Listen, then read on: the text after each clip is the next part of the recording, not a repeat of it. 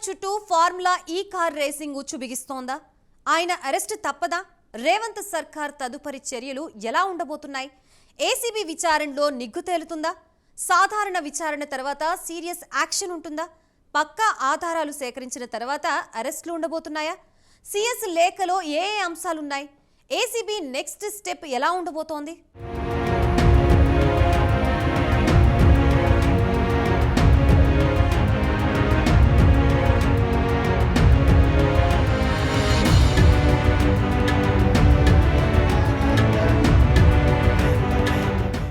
ఈ car racing వ్యవహారంపై రేవంత్ ప్రభుత్వం దూకుడు పెంచింది. మాజీ మంత్రి కేటీఆర్ పై విచారణ జరిపేందుకు గవర్నర్ అనుమతి ఇవ్వగానే కేబినెట్లో చర్చించి ఆమోదముద్ర వేసింది. ఆ వెంటనే తదుపరి చర్యలకు దిగింది. ఇందులో భాగంగానే వ్యవహారంపై విచారణ చేయాల్సిందిగా ఏసీబీకి సీఎస్ శాంతికుమారి లేఖ రాశారు. ముందుగా అధికారులు సాధారణ విచారణ చేపట్టనున్నారు. అందులో బయటపడే ప్రాథమిక అంశాల ఆధారంగా కేసు నమోదు చేసి తర్వాత పూర్తిస్థాయిలో విచారణ చేయనున్నారు. కార్ రేసింగ్ నిర్వహణకు సంబంధించిన వివరాలు, నిధుల విడుదలకు జారీ చేసిన జీవోలను క్షుణ్ణంగా పరిశీలించబోతున్నారు ఏసీబీ అధికారులు.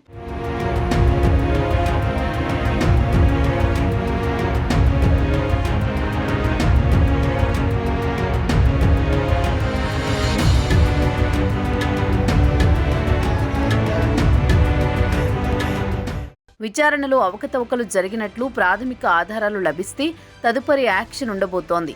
మామూలుగా అయితే ఎవరైనా అధికారి తన పవర్ను దుర్వినియోగం చేయడం ద్వారా ప్రభుత్వానికి నష్టం చేకూర్చారని భావించినప్పుడు క్రిమినల్ మిస్కండక్ట్ కింద కేసు నమోదు చేస్తారు. ఈ వ్యవహారంలో అప్పటి అధికారులు నాటి మంత్రి కేటీఆర్ అధికార దుర్వినియోగానికి పాల్పడ్డారని కాంగ్రెస్ సర్కార్ ఆరోపిస్తోంది. రేసు నిర్వహించిన విదేశీ సంస్థకు హెచ్ఎండిఏ ఆర్థిక శాఖ ఆర్బీఐ అనుమతి తీసుకోకుండా నేరుగా 55 కోట్లు చెల్లించారన్న ఆరోపణలు ఉన్నాయి. దీని చుట్టే వివాదం నడుస్తోంది.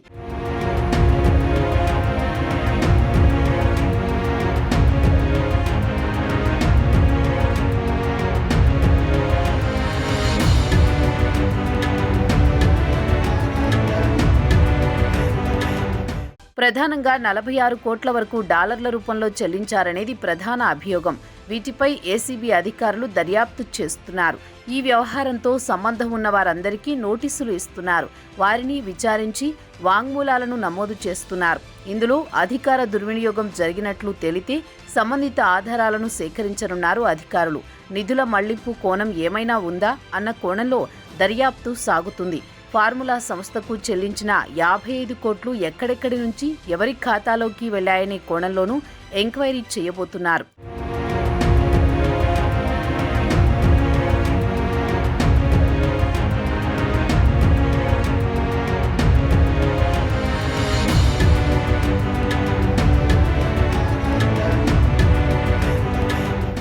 ఫార్ములా ఈ కార్ రేసింగ్ నిర్వహించిన సంస్థలకు సైతం నోటీసులు జారీ చేయనున్నట్లు తెలుస్తోంది. ఇందులో ప్రాథమిక ఆధారాలు లభిస్తే అందుకు బాధ్యులైన వారిని అరెస్ట్ చేసే అవకాశం ఉందన్న ప్రచారం సాగుతోంది. రానున్న రోజుల్లో తెలంగాణలో ఈ వ్యవహారం సంచలనంగా మారబోతున్నట్టు తెలుస్తోంది. ఈ కేసులో మాజీ మంత్రి కేటీఆర్ను అరెస్ట్ చేస్తారని మొదటి నుంచి ప్రచారం జరుగుతోంది. ఆయనే మంత్రులు, కాంగ్రెస్ నేతలు టార్గెట్ చేస్తున్నారు. కేటీఆర్ కనుసైగల్లోనే ఇదంతా జరిగిందని, దీని వెనుక అవినీతి బాగోతముందని ఆరోపిస్తున్నారు. దీనిపై లోతుగా విచారణ జరిగితే అన్ని విషయాలు బయటకు వస్తాయని అంటున్నారు.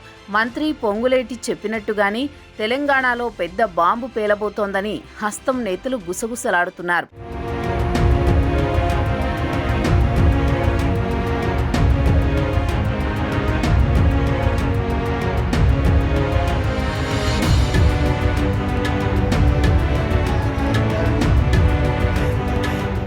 మరోవైపు ప్రభుత్వ చర్యలను బీఆర్ఎస్ ఖండిస్తోంది. అంతా నిబంధనల ప్రకారమే ఈ కార్ రేసింగ్ జరిగిందని చెబుతోంది. కావాలనే సర్కార్ కక్ష సాధింపు చర్యలకు దిగుతోందని మండిపడుతున్నారు గులాబీ నేతలు.